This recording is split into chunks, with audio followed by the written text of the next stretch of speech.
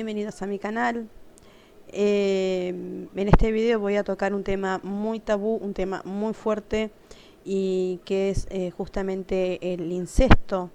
Lo empecé a tocar con el narcisista encubierto al tema, pero amerita un estudio más profundo de la cuestión, porque el incesto generalmente está relacionado con el abuso infantil y no siempre es así.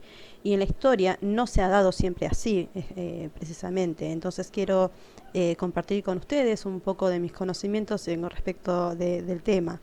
Y creo que este video es justamente el fruto de todo el estudio que he estado haciendo en este tiempo, en esta ausencia que he tenido, que he estudiado lo que ameritaría un examen de universidad. Realmente he estudiado muchísimo este tema y en profundidad para poder transmitirlo correctamente a ustedes. Bueno, como dije antes, el incesto está asociado invariablemente a un abuso infantil y con las consecuencias horribles y duraderas, y que a menudo son irreversibles para quien lo sufre. Pero el incesto en realidad es una práctica que tiene milenios, y incluso hay muchos participantes de relaciones incestuosas que afirman haber disfrutado de este acto y de sus consecuencias físicas y emocionales.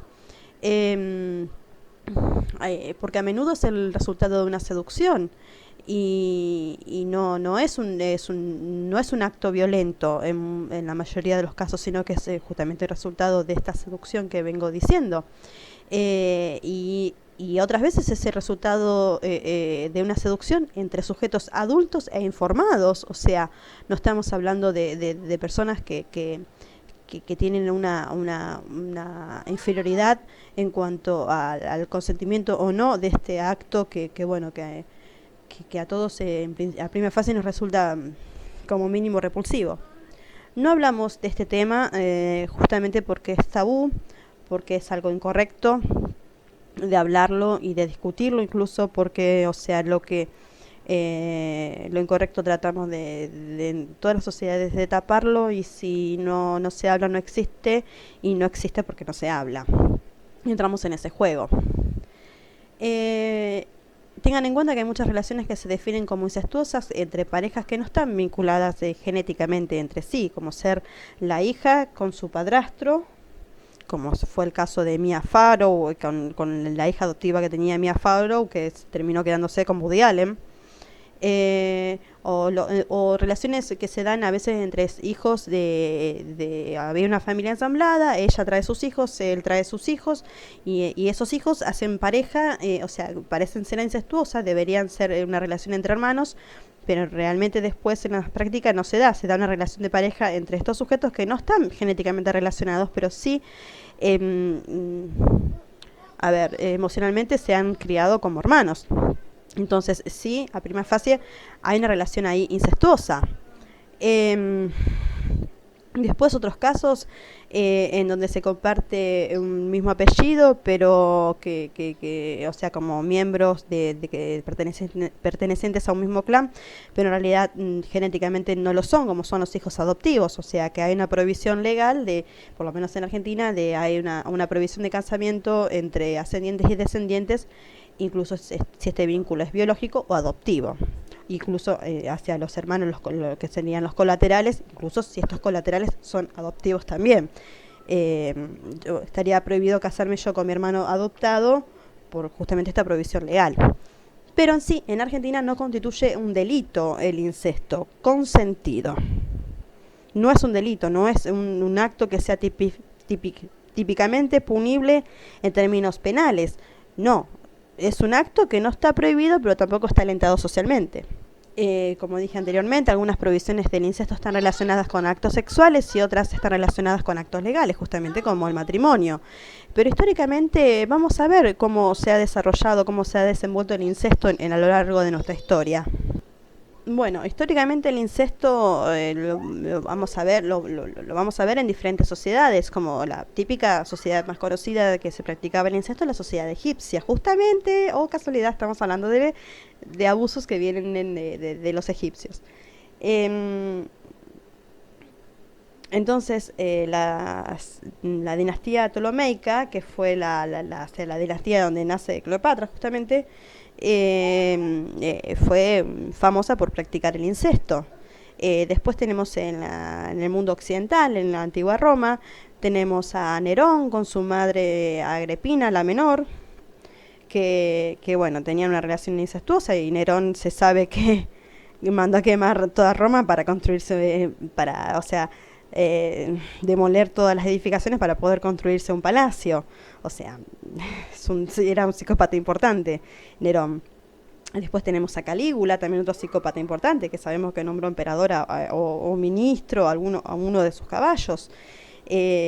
También practicó actos incestuosos con su hermana, con sus hermanas, y que bueno, justamente con Agripina la menor, que fue la madre después de Nerón, con Julia Drusila y Julia Livila.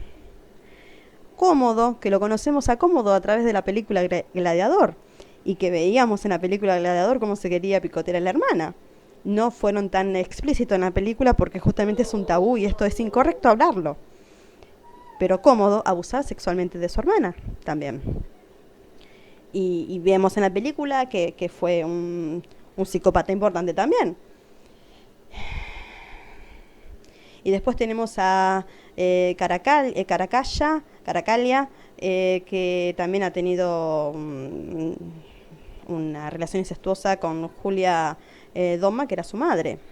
En la Edad Media, después tenemos que, bueno, las leyendas negras de la historia oculta de los papas. Se habla de que el papa Juan XII tenía relaciones incestuosas con su hermanastra. O sea, con alguien que tenía un vínculo unilateral, o sea, no era un vínculo bilateral, o sea, de padre-madre, no era hija de padre y madre, no compartían, pero sí, no sé si ella era hija de su padre o hija de su madre, desconozco bien en profundidad esa historia. En el Renacimiento tenemos a Alejandro VI y su hija Lucrecia Borgia, y asimismo esta con su hermano César Borgia. Luego tenemos a Paulo III con su hija Constanza Farnesio. En la Edad Moderna tenemos en la dinastía Habsburgo. Y después en la Biblia también tenemos la historia de Lot.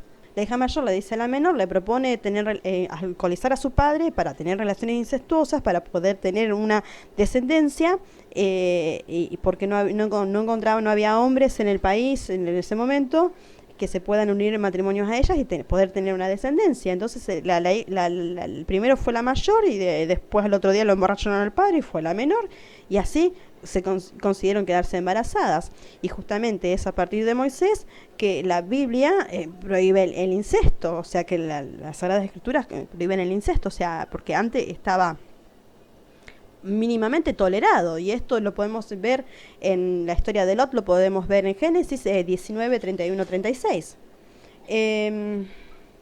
Otro caso paradigmático también de incesto fue el casamiento de Sara con su medio hermano Abraham, el profeta Abraham, o sea, que prácticamente fue la cabeza de las tres religiones, Abraham, que dio nacimiento a las tres religiones que conocemos. Y bueno, y Sara era su media hermana.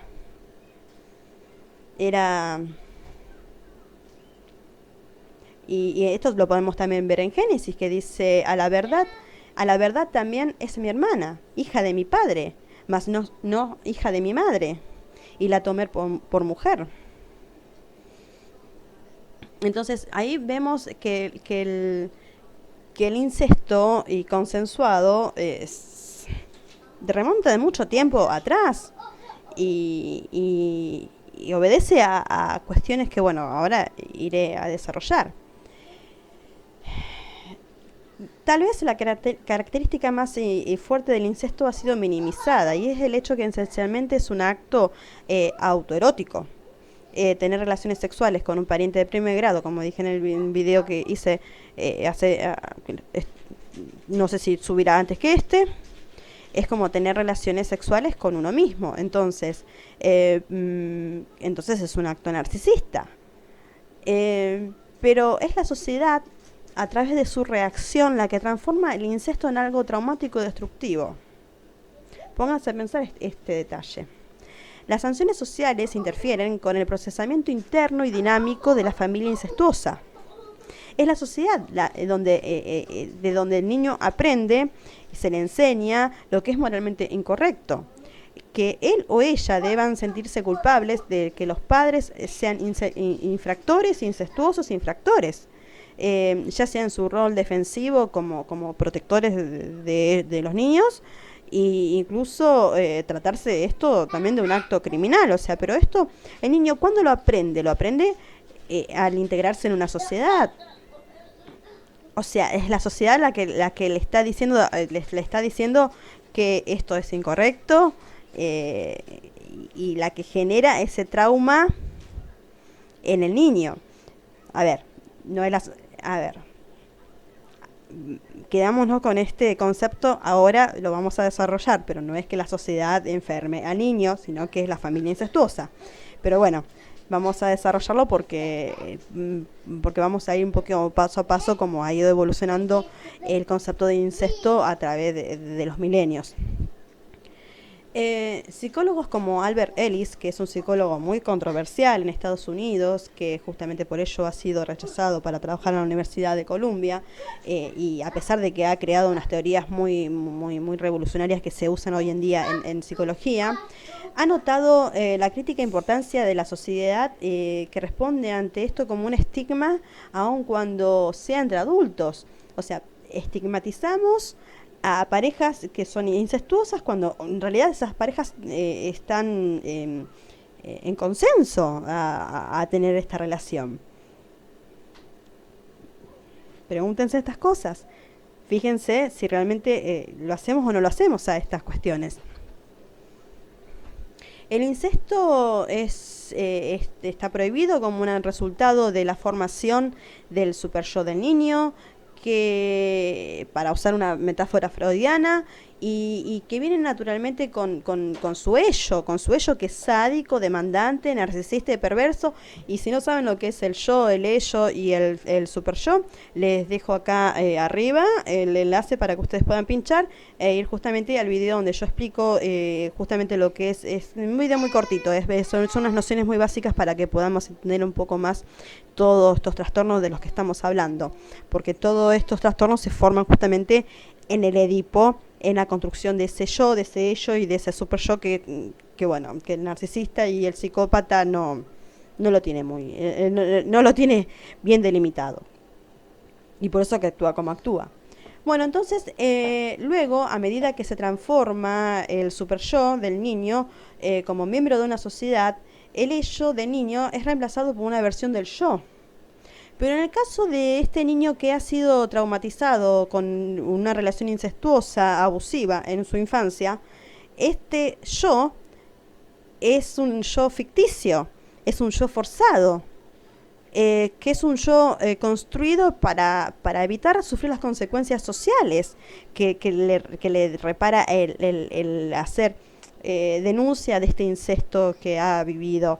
Entonces esto provoca un shock en la persona por este trauma oculto, por este acto oculto, y es así como establece con la sociedad una relación patógena, y es más probable que esta persona termine siendo narcisista por esta construcción de este falso yo, o borderline, o ser una persona con trastorno histriónico de la personalidad.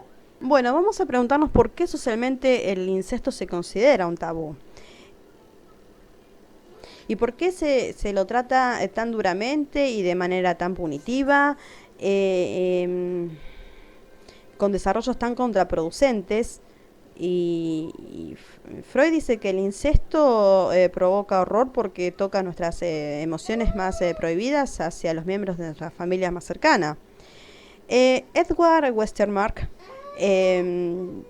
tiene una teoría que es muy conocida dentro de lo que es la teorización sobre el incesto, y decía que la proximidad, sostuvo que la proximidad doméstica con los miembros de la familia genera una repulsión sexual, y esta es la regla, se la conoce hoy en día como la regla del efecto Westermarck. Y, o sea, la repulsión esta que sentimos, de la cual yo estoy partiendo a hablarles a ustedes. No puedo ser totalmente objetiva en este punto porque, bueno, choca, la verdad que este tema choca y mucho. Y esta repulsión, justamente dice Westermarck, es lo que contrarresta la atracción sexual genética natural, o sea, pero bueno, también tenemos a Freud diciendo que, por otro lado, que justamente es natural esta atracción sexual de un hijo hacia su madre, o de una hija hacia su padre, y viceversa también. Y el tabú del incesto simplemente refleja una especie de archivos raros de las realidades emocionales y biológicas dentro de lo que sería la familia. Otros estudiosos hablan del tabú del incesto, viene a darse justamente por cuestiones genéticas, para prevenir la degeneración del clan, y que se estaría dando a través de la familia, prohibiéndose la endogamia, justamente, que la endogamia es, o sea, el contraer matrimonio dentro del seno familiar. Y esta prohibición justamente se estaría dando dentro de la familia, intrafamiliar, porque de lo contrario sería cerrada y endogámica, y produce esta familia una serie de retos intelectuales y genéticos. Pero esta cuestión de la genética es bastante discutible, no está, o sea, son todas teorías en realidad, no está científicamente comprobado de que haya una malformación genética o en la transmisión de genes en cuanto a las relaciones incestuosas, o sea, cuando hay hijos incestuosos, dependerá de la fortaleza de los genes de ese clan también, o sea. Y en este punto a mí me llamó la atención alguien muy conocido en la historia, en estudios en cuanto a la evolución humana, que justamente Charles Darwin, que se casó con su prima, con quien tuvieron 10 hijos, de los cuales 6 hijos murieron, y él empieza sus estudios justamente para buscar las respuestas al por qué se le morían los hijos. Y bueno, dato curioso, Charles Darwin, que se casó con su prima. Bueno, pero hoy en día, si uno se pone a pensar, las relaciones, el sexo es más visto, se practica de modos más como recreación, más que como para procrear. O sea que esta cuestión de que la prohibición del tabú sea solamente por cuestiones genéticas no tiene sustento, no tiene un sustento totalmente fuerte que sea el motivo por el cual se nos transmite hoy en día esta prohibición del incesto. No es un argumento válido esto, porque suena más por ahora la ciencia no lo ha comprobado y es mito todavía. Lo que sí parece más bien que el tabú del incesto es para preservar la unidad de la familia y su correcto funcionamiento, tanto en la distribución intergeneracional como en la distribución de la riqueza que acumula una familia. El incesto es más que una parafilia. Algunos psicólogos consideran que el incesto es un subtipo de pedofilia. Pero bueno, esto cuando se trata estamos hablando de un incesto que sea un abuso sexual infantil, pero cuando tratándose de personas adultas, no sería esto, no encuadraría justamente en este subtipo de pedofilia. Y el incesto se remonta a la naturaleza misma de la familia en sí. Está estrechamente relacionado con las funciones familiares y con la distribución del desarrollo del individuo dentro de lo que es la familia. La familia misma es el lugar más eficiente de transmisión de la propiedad, y es un mecanismo eficiente también la familia para la transmisión no solamente de propiedades, de bienes materiales, sino de información. o sea, de enseñanzas. En ambos sentidos, tanto horizontal como horizontal como verticalmente. La familia tiene esta función. Eh, es la encargada justamente del proceso de socialización y de aculturización del ser humano. Este proceso depende en gran medida de este mecanismo familiar que convierte justamente a estos sujetos, a la familia como institución, en el agente más importante de la sociedad para la, para la formación de sus miembros. La familia así tenemos a la familia concebida como un mecanismo de asignación de material genético, de información y también de riqueza. Los bienes mundanos se pasan de una generación a otra, y de esta a la siguiente a través de lo que es la herencia, de lo que es la sucesión. Y la genética se transmite a través del acto sexual. Es el mandato de la familia aumentar en ambos sentidos, o sea, aumentar la familia casándonos y teniendo descendencia, y también aumentar la familia, enriquecer a la familia acumulando bienes, o sea, también eso también es otro mandato que tiene la familia. Pero bueno, en sí la familia no tiene solamente y meramente roles de acumulación material. Sino que también la familia es agente para enseñar a sus miembros el autocontrol, la autorregulación y una adaptación social saludable. Los miembros de la familia comparten el espacio, comparten los recursos, los hermanos y las emociones también de su madre también comparten. Y de manera similar la familia educó a sus miembros jóvenes para que dominaran sus impulsos y pospusieran la gratificación de sí mismo, que está asociada con este con este deseo destructivo. Entonces la familia es la que te enseña que bueno, que hay que esperar, que esto no se puede, que más adelante, que paciencia, todas estas cuestiones que hacen que a la construcción de este super yo, bueno, que contrarresta ese ello que sería un caótico e infernal que viviéramos todos los seres humanos en ello puro. El tabú del incesto condiciona a los niños a controlar sus impulsos eróticos también, el abstenerse de congraciarse con miembros del sexo opuesto dentro de la misma familia. Podría haber una pequeña pregunta si el incesto constituye una falta de control, si constituye un control impulsivo alterado que impide la separación adecuada del impulso o el estímulo de la acción. Bueno, el incesto probablemente interfiere en el aspecto defensivo de la existencia de la familia. Es a través de la familia que la agresión se expresa y se externaliza legítimamente al imponer disciplina en la jerarquía de sus miembros, y la familia se transforma también en una máquina de guerra eficiente hacia agresiones externas a través de su cohesión, y también absorbe la familia recursos económicos, estatus social de los miembros que la integran, forma alianzas con otra familia, con otros clanes, y lucha contra otros, justamente esta lucha contra otros clanes es ya sea por bienes escasos o por bienes intangibles, como son la dignidad, el honor y esas cuestiones. Pero en el incesto esta eficacia es nula o imposible de mantener.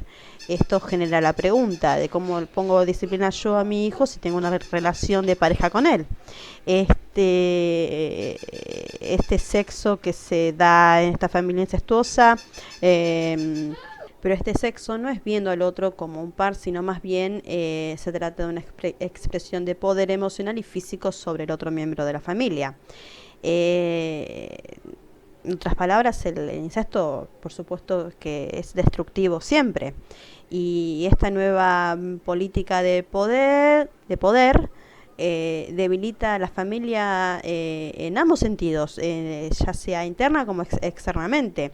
Internamente con reacciones emotivas como son los celos dentro de los miembros de la familia, desdibujamiento de jerarquías y autoridades y responsabilidades de los miembros de la familia. Se crean responsabilidades contradictorias.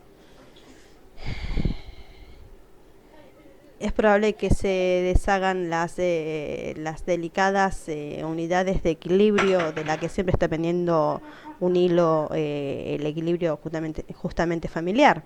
Es un equilibrio muy precario que hay que tener muchísimo cuidado y bueno, el incesto justamente rompe con este equilibrio.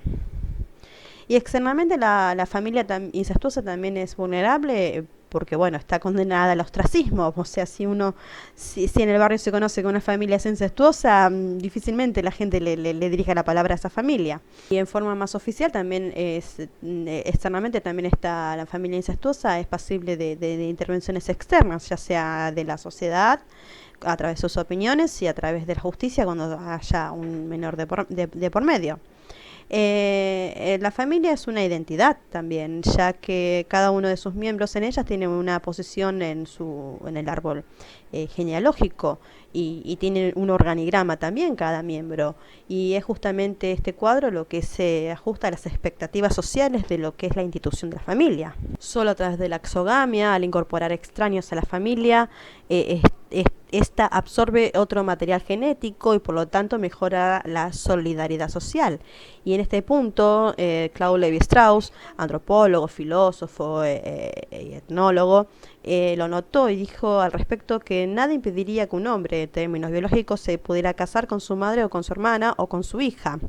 Pero desde el momento en que la familia biológica no vive sola y tiene que buscar la alianza en otros para perpetuarse, y desde que se plantea la necesidad de que exista la sociedad, surge la prohibición del incesto, que se desglosa luego múltiples reglas que prohíben ciertos tipos de cónyuges.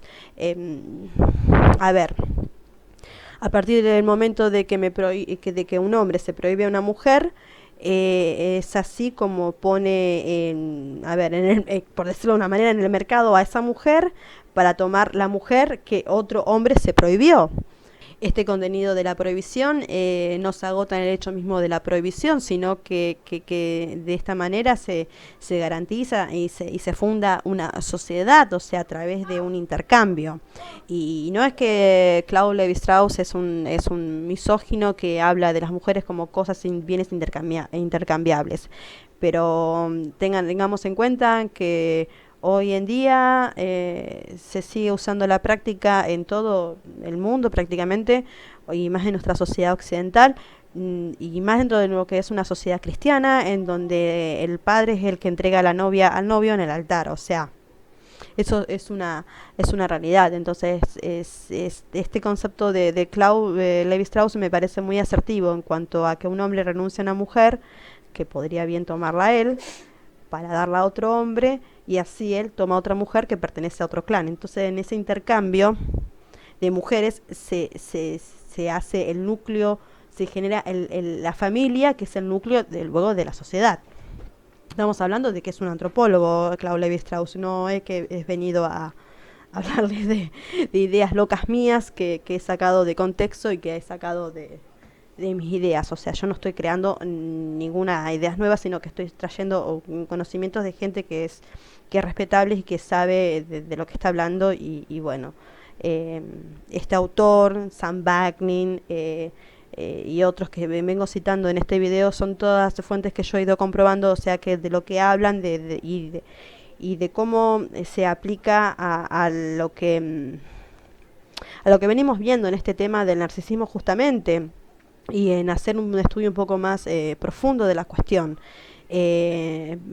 porque yo he denunciado en mis videos que he visto un incesto mínimamente emocional con Amal, entre Amr y Amal, y también he visto un incesto que tal vez puede llegar a ser carnal con su propia hermana. Entonces, y también la hermana me ha contado que el primo se la ha querido comer. Ahí también hay un intento de incesto carnal del primo hacia la prima. O sea, todo queda en endogamia, en relaciones incestuosas, en relaciones sumamente enfermas, que ellos por supuesto nunca van a confesar, que quedan en mis más altas sospechas, que se van comprobando, esas sospechas se van haciendo se fueron haciendo cada vez más verídicas a medida que he ido descubriendo el trastorno que tenía mi ex marido. O sea, a través de un trastorno puedes ver un pasado también. Claude Lévi-Strauss dice que sería antisocial el hecho de conseguir las cosas por mí mismo, o sea, las cosas, o sea, las mujeres, estamos hablando, por mí mismo y para sí mismo, en vez de obtenerlas de otro y para otro. Este procedimiento aquel típicamente incestuoso, o sea, y egoísta, y también podríamos llamarlo hasta narcisista. Yo recuerdo que mi ex marido me ha dicho que él pidió a la hermana, le pidió a la madre, le pidió a la hermana, como si la hermana fuese un muñeco de goma que vino a satisfacer necesidades narcisistas que tenía mi ex marido Amr.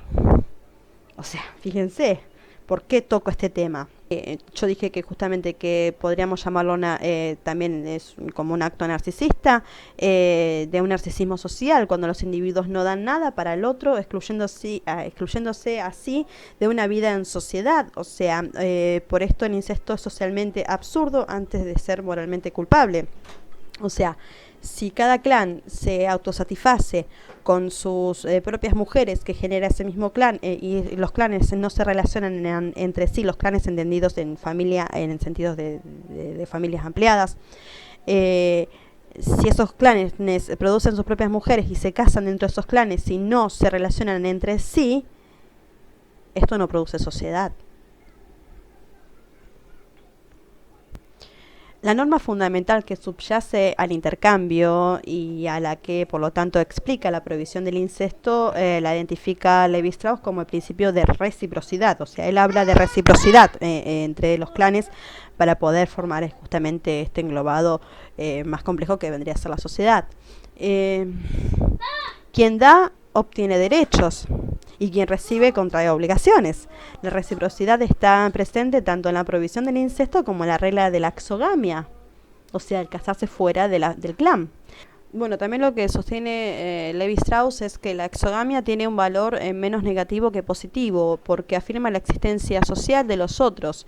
O sea, solo prohíbe el matrimonio endógamo para introducir y prescribir el matrimonio con otro grupo que no sea de la familia biológica, justamente para crear este entramado social. También la ley de la exogamia resulta de la coexistencia justamente de cualquier sociedad. La mueve el esfuerzo por conjugar los peligros que amenazan al grupo, por alcanzar los beneficios sociales de una mayor cohesión y una mayor solidaridad. O sea cuando formamos matrimonios exogámicos, formamos alianzas con otras familias que nos van a venir también a hacer brindarnos apoyo, que justamente vendría a ser esa cohesión y solidaridad ante situaciones adversas. O sea, no estamos solos, somos parte de un entramado social. Que bueno, justamente a través del matrimonio exógamo se puede dar esa colaboración y esa solidaridad entre grupos extraños. La identidad de la familia está en total contraposición de lo que es el incesto. El incesto no aumenta la solidaridad ni la cohesión de la familia, ni menos aún tiene la capacidad de digerir y absorber otras identidades de otras unidades familiares.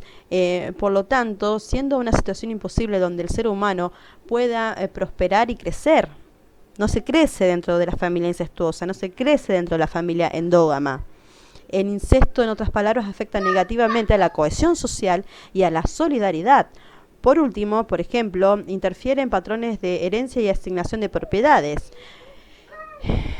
Y esto, tengan en cuenta lo siguiente. A ver, por lo menos en la legislación argentina, todos los bienes que se reciban a través de herencia, o sea, título gratuito, siempre van a ser bienes propios. Pero ¿qué pasa? Si yo recibo bienes propios que no tengo por qué compartirlos con mi marido, que los recibí por herencia, difícilmente yo tenga un acto egoísta, la generalidad de las personas tengan un acto egoísta de decir, no, esto es mío, vos no lo tocas, no lo toca ni vos, ni mis hijos, ni nadie, porque esto es la herencia que yo recibí de mi familia. No, vos lo integrás al patrimonio que estás construyendo con tu pareja y con tus hijos, lo integrás a ese patrimonio y así vas aumentando la riqueza familiar. Entonces, justamente la exogamia es un medio también de aumentar, de hacer crecer la familia patrimonialmente también. No, el incesto, cuando el incesto termina en embarazo, esto hace o sea, que genere situaciones totalmente adversas. Pensemos pensemos en las sociedades primitivas, porque el incesto era en las sociedades primitivas, era legal, aceptado y socialmente bien visto, pero solamente en las sociedades primitivas. ¿Qué pasaba en las familias incestuosas de Calígula y de Nerón? Y matanzas, se mataban entre ellos, celos, disputas y toda clase o sea, de cuestiones que hacían a la, si uno se piensa que todo, que hacían imposible el crecimiento de una sociedad, de una familia y del relacionarse entre clanes y construir el entramado social. O sea, era imposible. O sea, piénsense en esa, imagínense esa circunstancia. O sea, no me voy a poner a hablar de la historia de Nerón y de Calígula y de su madre incestuosa y que bueno, toda esta cuestión, pero entre ellos se mataban, formaban alianzas, conspiraciones y se autoextinguían entre ellos. Y, y quiero hacer un paréntesis importante, digamos, porque se cree que en Egipto se practicaba el incesto. Cuando yo tomo estos conocimientos y después luego los desarrollo a partir de Sam Vaknin, él habla de Egipto como una sociedad primitivamente incestuosa que lo fue hace milenios atrás. Y no es así. Egipto es un país en donde se ha heredado esta costumbre, ya hay una prohibición legal de casarse con una hermana, con una madre, con un ascendiente, con un descendiente, o sea, como todas sociedades civilizadas, pero sí persiste la costumbre entre ellos de casarse entre primos, y esto es endogamia pura, esto es una relación incestuosa. No nuestros primos, si bien en Argentina, por ejemplo, en el caso argentino está permitido casarse entre primos, pero no es eh, habitual que entre primos se casen. Es bastante raro, no está prohibido, pero tampoco es algo que socialmente esté alentado. Y en este punto quiero profundizar este tema, porque justamente estamos enfrentándonos como no como enemigos, sino como tal vez enemigos intelectuales, con una sociedad que alienta el incesto, que es esencialmente endogámica y que entre ellos se casan justamente entre primos y la gente que sabe y que ha vivido, que conozco gente que ha vivido y ha colaborado y ha trabajado con egipcios de la Upper que vendrían a ser de la parte rural, del Egipto profundo, en donde este incesto se practica con total cotidianeidad. Y ahí van a ver ustedes cómo se arman las disputas familiares. O sea, vas a ver los clanes en donde el 30% está en la cárcel, el otro 30% está muerto y el otro 30% está casado entre primos.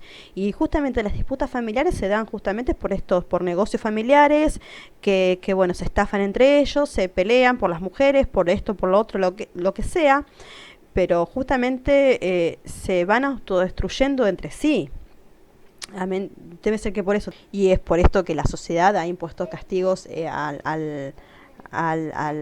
a la violación de este tabú del incesto, como ser estigmatizaciones físicas y emocionales, el ostracismo, la repulsión o a veces encarcelamientos. O sea, demuele a esta mini sociedad endogámica justamente por errante. Hoy en día y en el contexto social donde se vive, no podemos concebir a la sociedad en donde el incesto sea algo normal y habitual.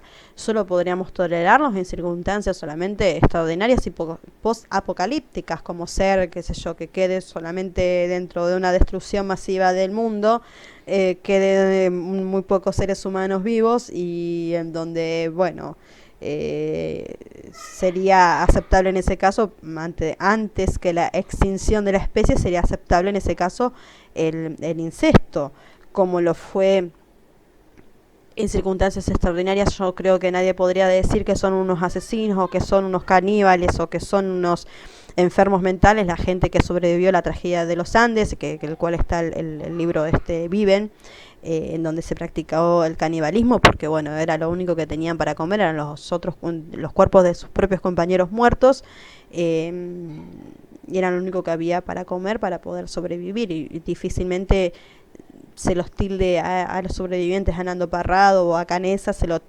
tilde de caníbales. No, fue una circunstancia extraordinaria, excepcional, y bueno, gracias a eso pudieron sobrevivir, formar familias exógamas y pertenecer a una sociedad y contribuir y poner su granito de arena en este mundo. Entonces, tanto el canibalismo como el incesto sucedería en condiciones extraordinarias, posapocalípticas.